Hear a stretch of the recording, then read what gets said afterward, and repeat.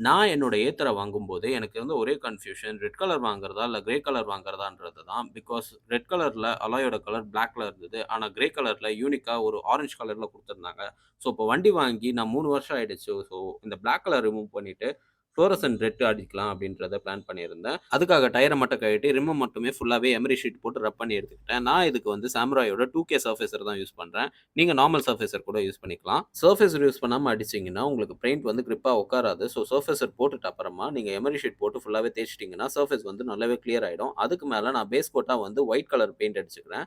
So, white colour paint நான் அடிச்சுட்டு over night ஃபுல்லாவே காய வச்சுட்டேன். பெயிண்ட் நல்லா ட்ரை ஆனதுக்கு அப்புறமா சாமுராய்ல ஃப்ளோரசன்ட் ரெட் பெயிண்ட்ட வந்து நம்ம அடிக்க ஆரம்பிச்சுட்டோம்.